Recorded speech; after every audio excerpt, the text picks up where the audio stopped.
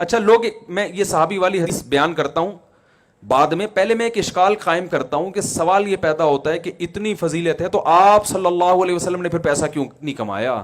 آپ کی غربت میں کیوں موت واقع ہوئی؟ آپ کے کپڑے کیوں ایسے پیون زدہ؟ اور آپ کی سواری اتنی سادہ کیوں؟ اور آپ 40 گھر میں چولہا جل کیوں نہیں رہا؟ سوال پیدا ہوتا ہے نا، جب ابو بکر جو آپ کے اتنے قریبی ساتھی ہیں وہ تو 58 کروڑ روپے کے مالک ہیں، اور نبی صلی اللہ علیہ وسلم ایک چیز کے بھی مالک نہیں ہے. تو یاد رکھیں رسول اللہ صلی اللہ علیہ وسلم کے پاس جتنا پیسہ آیا آپ نے وہ رکھا نہیں ہے. صبح آیا تو شام ہونے سے پہلے صدقہ کر دیا، وہ رکھا نہیں ہے.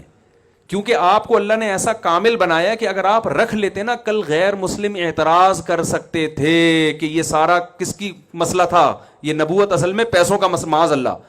تو آپ نے اپنی ذات کو ایسا بنا کے رکھا کہ کوئی کل انگلی نہ اٹھا سکے، کوئی معاذ اللہ نقل کفر عیش و عشرت کا تانا نہ دے سکے. جیسے آپ نے اتنی شادیاں کی نا، تو اب غیر مسلم تانا دیتے ہیں یار معاذ اللہ اتنی شادیاں کی آپ نے. تو بھائی آپ نے جو اتنی نکاح کی ہے، وہ نکاح کا طریقہ اگر آپ دیکھ لیں تو پھر پتہ چلتا ہے کہ معاذ اللہ نقل کفر یا عیاشی کی بیس پہ یہ نہیں ہو سکتے. کیوں؟ اس زمانے میں سب 10 بیویاں رکھا کرتے تھے، عرب میں رواج تھا، اور جلدی شادی کیا کرتے تھے. آپ نے شادی دیر سے کی 25 سال کی عمر میں، حالانکہ اس زمانے میں رواج کیا تھا؟ 15 سال کی عمر میں. آج بھی گاؤں دیہاتوں میں سب کب نکاح کرتے ہیں؟ 15 16 سال میں شادیاں ہو جاتی ہیں. آپ نے پہلی شادی کی 25 سال میں، اور کی کس سے؟ 40 سالہ خاتون سے جو 2 دفعہ بیوہ ہو چکی ہیں. بہت مشکل ہے بات سمجھانا بھائی.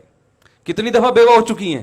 25 سال میں. نقل کفر نباشت. کوئی انسان جسے خواہشات پوری کرنے کا شوق ہو، اس زمانے میں جہاں جلدی شادیاں ہوتی ہیں اور درجنوں شادیاں ہوتی ہیں لوگوں کی، وہ شادی بھی 25 سال کی عمر میں کر رہے ہیں، اور اپنے سے 15 سال بڑی خاتون سے جو 2 دفعہ بیوہ ہو چکی ہیں. اور پھر آپ صلی اللہ علیہ وسلم نے 25 سال انہی پر اکتفا کیا ہے، جبکہ عرب میں ایک بیوی پر قرات کو معیوب سمجھا جاتا تھا. آج بھی لوگ معیوب سمجھتے ہیں. آپ جا کے بتائیں میری ایک بیوی ہے، وہ تمیز سے بات ہی نہیں کریں گے آپ سے.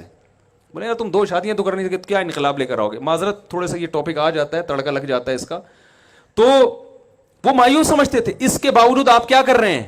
اسی بیوہ کے ساتھ 50 سال تک آپ صلی اللہ علیہ وسلم نے ان کے ساتھ گزارا کیا ہے، جبکہ کلچر اس کو قبول نہیں کر رہا. اور ان سے اتنی محبت کی کہ امی عائشہ فرماتی ہیں مجھے کسی پر ایسے رش نہیں آتا تھا جتنا رش حضرت خدیجہ پہ آتا تھا. اس کے بعد آپ نے دھڑا دھڑ نکاح کیے، ہجرت کے بعد کثرت سے نکاح کیے، یہ بتانے کے لیے کہ وہ جو میں نے کیا تھا نا وہ میرا مزاج تھا، اب جو میں کر رہا ہوں وہ اسلام ہے. نہیں آ رہی بات؟ یہ والی باتیں تو بالکل سمجھ میں آئیں گی نہیں نا، وہ والی پھر بھی تھوڑی تھوڑی آ جائے گی. تو پھر آپ نے جلد نکاح کی ترغیب بھی دی. جو 15 سال کا شباب ہوتا ہے زمانہ، اس میں آپ نے ترغیب دی. گویا آپ نے بتا دیا کہ بھائی میں نے جو کچھ کیا اس کی ایک حکمت مسلط تھی، لیکن جب ہجرت ہو گئی ہے، اسلام کے تفصیلی حکام آ رہے ہیں، تو اب میں جو آرڈر کروں گا تم نے اس آرڈر کو فالو کرنا ہے. وہ آرڈر یہ ہے کہ نکاح میں تاخیر مت کرو. 25 سال میں نکاح اسلام میں تاخیر کی عمر سمجھی جاتی ہے، جلدی کرو نکاح. سمجھ میں آ رہی ہے بات؟ تو اللہ نے اپنے نبی سے کچھ ایسے کام کروائے ہیں تاکہ کل کوئی انگلی نہ اٹھا سکے.